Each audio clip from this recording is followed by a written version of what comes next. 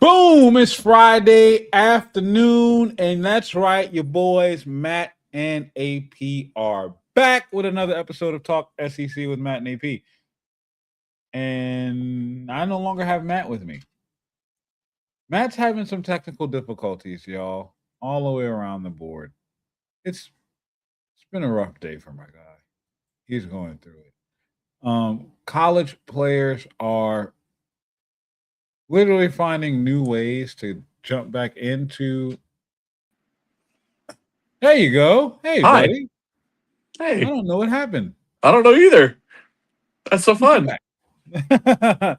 That's the fun of doing live shows. Yep. So, Matt, Yes, sir. it seems like there's a free agency period taking place in college football.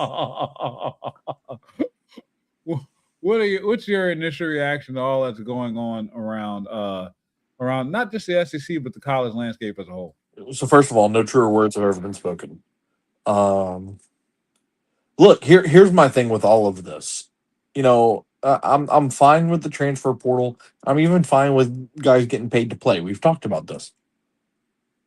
But I'm gonna draw a really hard line at guys suiting up to play in an NFL preseason game or an NBA preseason game or any other professional sport, making a significant impact. Actually, I'll take that part out. If you play in a professional game of any capacity, preseason or otherwise, your eligibility in college sports is gone. Screw that. If you get access to the building, It's gone. like You can never come back. I can't pull on the door football option, just walk in. So the fact that Jack and I know that everybody right now is talking about Jack Pyburn. The fact that Jack Pyburn got 2 sacks for Tampa. What was that? 72 hours ago? Basically. And is he officially? No, so they got LSU just got a commit from Junior Tuihalamaka. He was a 4th-year senior at Notre Dame, and Correct. you want to hear his stats? Probably You wanna not, hear but stats? you're going to tell Okay. me. I am okay. In 2022, 13 games, 1 start, 6 tackles. He played linebacker. All right. Okay. A hybrid D-line, O-linebacker, and special teams.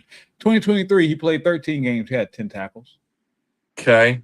2024, he had a career year. 33 tackles, 5.5 TFLs, 3 sacks, 2 fumble recoveries, and a pick. Okay, And he that's not a started bad 3 year, games. actually. Okay. You want to hear what happened in 2025? Sure. 12 games.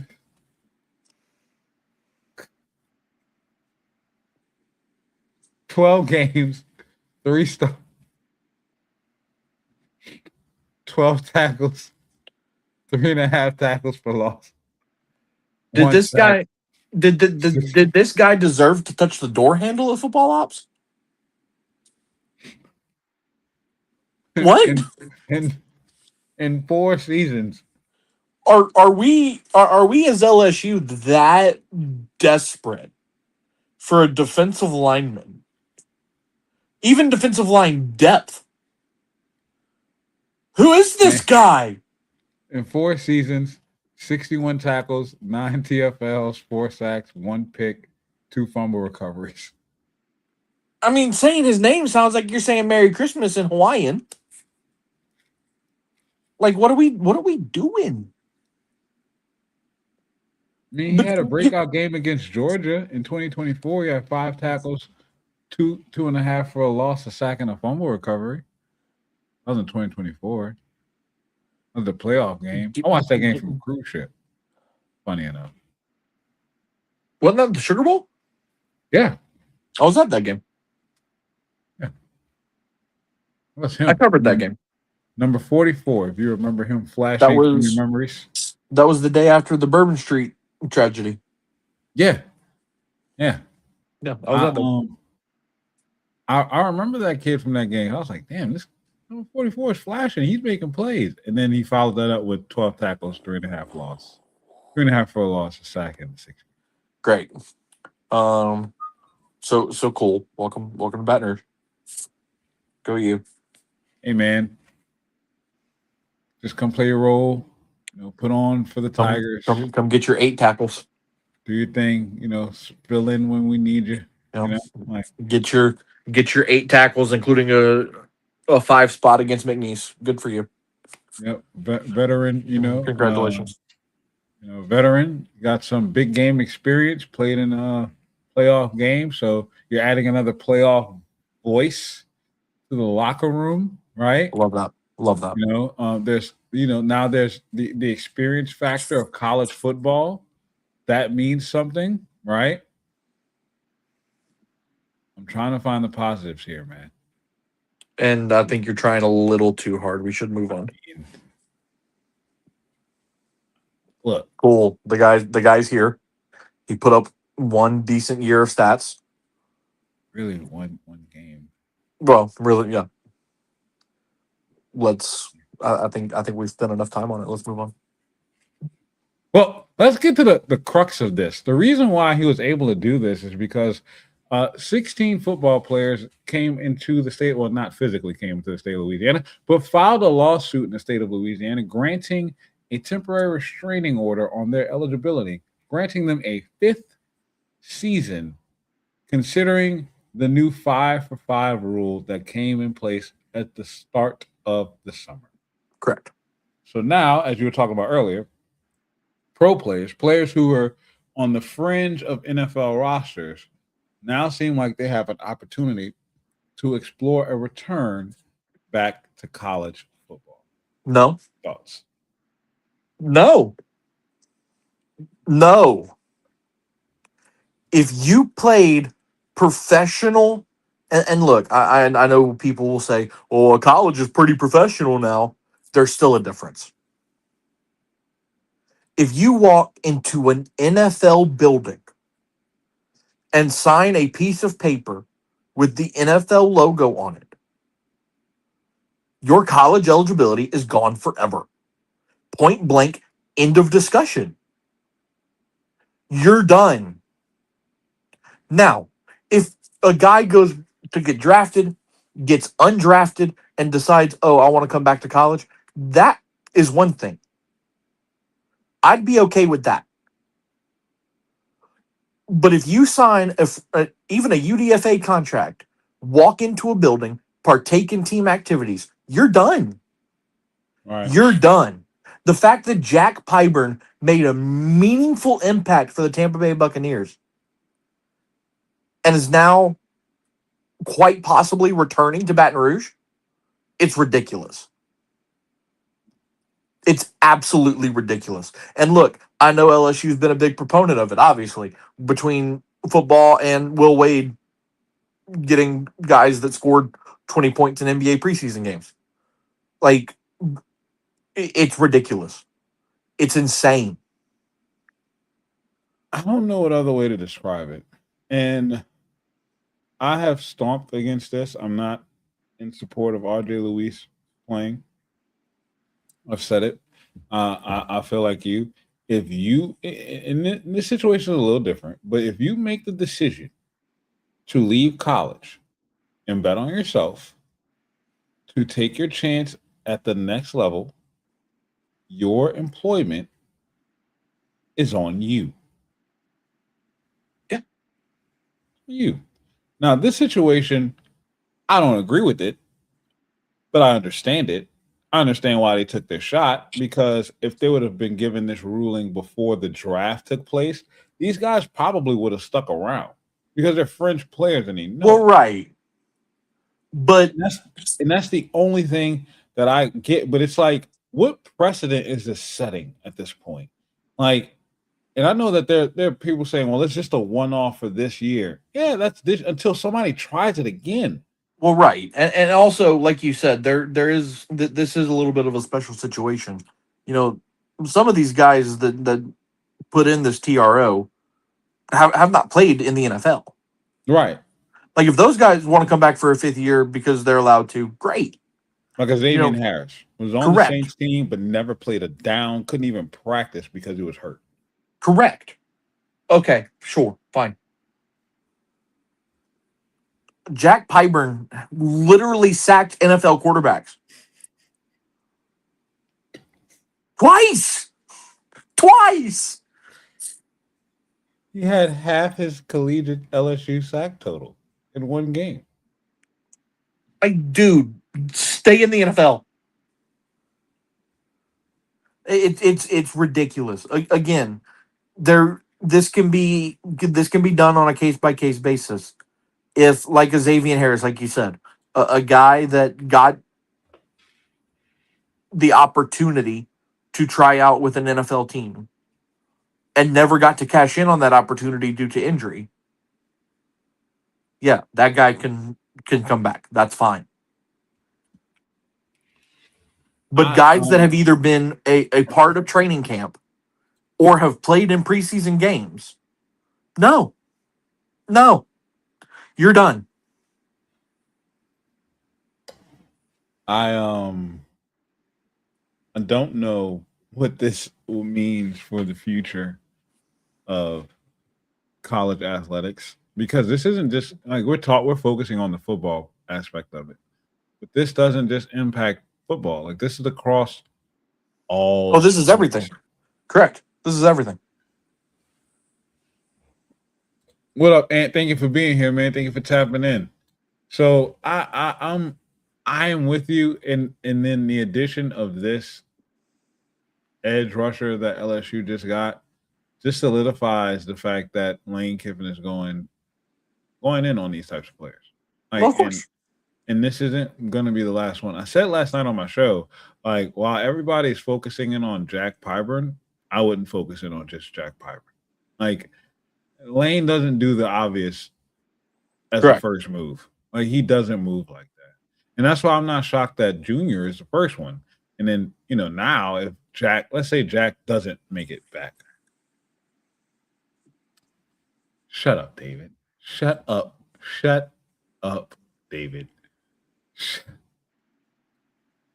What told you that, David? How did you have that feeling, David? How did you have that feeling? Yeah, David. David's giving an inside joke right now, and I'll explain it to you off air. So this isn't, this is the first, but if a guy like Jack doesn't come, pause. If a guy like Jack isn't able to come around to LSU, then you're able to, you no longer have to wait for that decision to be handled. You got the piece that you need. I'm interested in seeing what the available players, and like you said, there are players around preseason camp right now making. DeQuan Wright is in Cleveland right now, making a name for himself. Yeah, then he can't come back to college. Like, and you know what he did? Like, that's ridiculous. Like, you're at practice in Cleveland, but you put your name in the NCAA transfer portal. Like, what are that? The fact that that's even allowed is just, it's going to ruin college sports. And I am a question. No, go ahead. Finish your thought. I am a college football. I am one of those guys that says college football is better than the NFL. Yes, I'm with you. If the NFL went away, as much as it would suck, I'd eventually be okay because I still have college football on Saturdays. Yep. But the train that we're going down, the track that we're going down, it's going to create a serious problem for what's good about college football.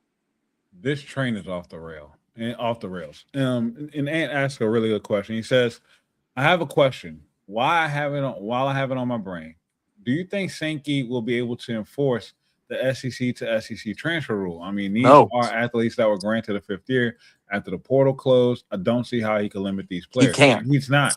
He can't able to stop that. And the TRO that was granted is basically a blanket get out of jail free card. Like, he's not going to be, because because of how this law came down and how the NCAA, here's the NCAA screwing things up again, handled Shocker. this, these players are going to be able to transfer wherever they want. Correct. Because what they're going to do, they're going to flood the courts with lawsuits. Correct. And you know what the court system is going to say? Throw them out. Yeah, deal with this stuff somewhere else. Correct. I ain't got time for this. I ain't got time for it. So, no, he's not going to be able to enforce it. And to be honest with you, if I'm Greg Sankey, I'm not even going to try to fight it because this is a one-off type of situation. And the way that things are headed, there's only one portal window now anyway. Correct. So to say you can't transfer from an SEC school to another SEC school after the original portal period, that is kind of asinine because that rule was only when the spring portal window was open. And that thing's no longer here anymore. Correct. So, and asked, okay, what about the stay that was issued today? From my understanding is that you don't have to, that's still not something that needs to be concerned with. The thing that people need to worry about is the appeal that the NCAA has filed. If the appeal is upheld, then things kind of, take a turn for the worse for these players. That stay is just, like one step in the process. It's not stopping anything right now. Like that's why you think this guy was able to announce today that he's committed to LSU. Because the only thing that they're going to do with that stay is just go to a state court, right? File for an injunction or a TRO in the state court and get the waiver. Mm-hmm. And he transferred to LSU. Guess what? The state of Louisiana. So until the NCAA's appeal process gets, which could be weeks. And just ask if he's any. No. He's what's the opening of the show, man? What's the word I'm looking for? He's mid. He's as mid can get. He's mid. The value that he brings is he played in a big time game. He had some big time moments in that big time game in the playoffs. And he's a 4-year player. He's got some veteran experience. He's not taking nobody's starting job. And honestly, I don't even see him getting in rotation over Lamar Brown. I can't even say he's a depth piece, and I'm not gonna lie. I can't even say he's a depth piece. He's just insurance. He's Vanderbilt most years. Yeah, like he's insurance. If very mid. There's a situation where Prince Will goes down, Jordan Ross goes down, Lamar Brown's a little bit banged up. You got him. You got him and Dylan Carpenter. Yeah, we got somebody we can line up on the field. Right. And I'm not excited about that tandem. But yeah, at least we're not throwing Jaden Breaker out there yet. And to be honest with you, I'm always of the feeling of play the young guy anyway. Right. If we're that far down the depth chart, just throw the young guy out there. Let him get reps. Yep. So no, it's not even a depth piece. It's yikes. Anyways, this we went all in on. Yeah. Anywho, how was practice this week?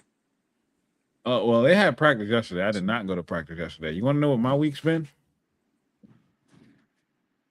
So we beat y'all on Wednesday. Yup. My wife's birthday was the same day. Yup. Came home, sung happy birthday, did the cake and ice cream thing. Woke up Thursday. I had the plan of, all right, I'm not going to practice. I'm going to take me a nap. You know how you always say, AP, you need to rest? Yeah. I was going to rest. The devil said, no, you're not. My wife came home for lunch to just chill, relax. We just hung out, literally talk for like an hour and a half, spending some QT time.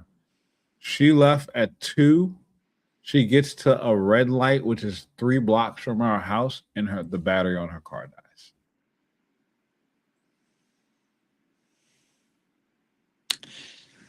Of course it does. Not to mention, she drives a Volkswagen Atlas. Those German cars don't just take a battery and just go. Right. So before I did my show last night, part of the inspiration for the opening of the show that I had, talking about people being musty, was because I had spent the last hour and a half changing that damn battery. And I just went upstairs and took a shower. And that was the most relaxing thing I had done to that point. I think you really need some rest. Brother, no rest for the weary. No rest for the weary. You say that. So I will say this weekend though, we're going up to Baton Rouge. My wife wants to do some ATV riding, so we're gonna do that tomorrow afternoon, and then we're gonna go to Tsunami for dinner, and then we're just gonna chill. And then Sunday we're gonna go to brunch in BR and then come back home, just relax. So I am gonna get an opportunity to just kind of unplug for a little bit. Like I'm definitely gonna be out of pocket. But it's also part of the reason why like I'm knocking so many things out today. Like I did a show with Charles Alexander at 3. I did an interview for I did an interview with Jed Collins, former fullback for the Saints, at 4. And then right when I text you was when I finished that interview, and here we are now. You know, when my wife comes home, I'm gonna treat her to a husband pedicure, and then get ready for the call-in show at 8:15. Oh yeah, that's right. It is Friday. Yep. Look, Ann says you better rest. We need you 100% for the call-in. Oh baby, I'm going to run to Starbucks. I'm going to get my pick-me-up. He gonna get right. I'm going to get right. But I want to talk to you real quick because last night we had a guy, Keith, in the chat who is an Alabama fan. It got me thinking about Alabama's offensive line. And I wanted to kind of go over their offensive line. And how bad it is. And a little poop putt. How bad it is. Mm-hmm. David says Matt needs a harder job if he doesn't realize that it's Friday until 5 on Friday. Hey now. Look, to his credit though, David, our weeks have been kind of off because we had a game in the middle of the week. Before we dive into the Alabama conversation, let's run down my week. Okay, let's run down my week. Monday was my single solitary night of freedom. Okay, because Tuesday we had back to school night. So I was at school from 6:45 to 7:45 p.m. entertaining parents and all that fun stuff. Then Wednesday after school we had the football game. Yep. Which I left early and didn't leave till 7:45 because for some reason Mother Nature hates us. Yes. Then yesterday was my birthday, which but nonetheless went birthday shopping and birthday dinner last night. So was out until 9:00. Granted, that's fun stuff, but still another late night. Me peeking. My wife is about to pull up and she doesn't have her key. So, man, might have to pop out. Yeah, I'm gonna have to pop out. You know what? We're gonna go ahead and just wrap this up because as soon as she gets in here, I'm getting to work. Yeah, I was about to say you're done. Good for you. So yeah, David, it's been a hell of a week, my guy. Yeah, David, who's been off all day chilling, writing all articles. That's fine. Make yourself look good for And the Valley Shook and for CSC. It's fine. Okay. We see you. We know what you're up to. We know what you're up to, David. But no, call-in show. We'll do it big tonight. No, definitely. Look, we're gonna touch on this. I know because I know you're gonna tap in. So yeah, absolutely. So thank y'all for joining in for this quick little 24-minute little impromptu. This was a little sampler, a little taste for what's to come in the next 2 hours. So y'all get yourselves ready. Your palate should be set, and we about to lay the table out. Tonight's gonna be fun. Love y'all. We are out of here. Thank y'all. Don't forget to hit the like and subscribe. Share this to all your people. See y'all later.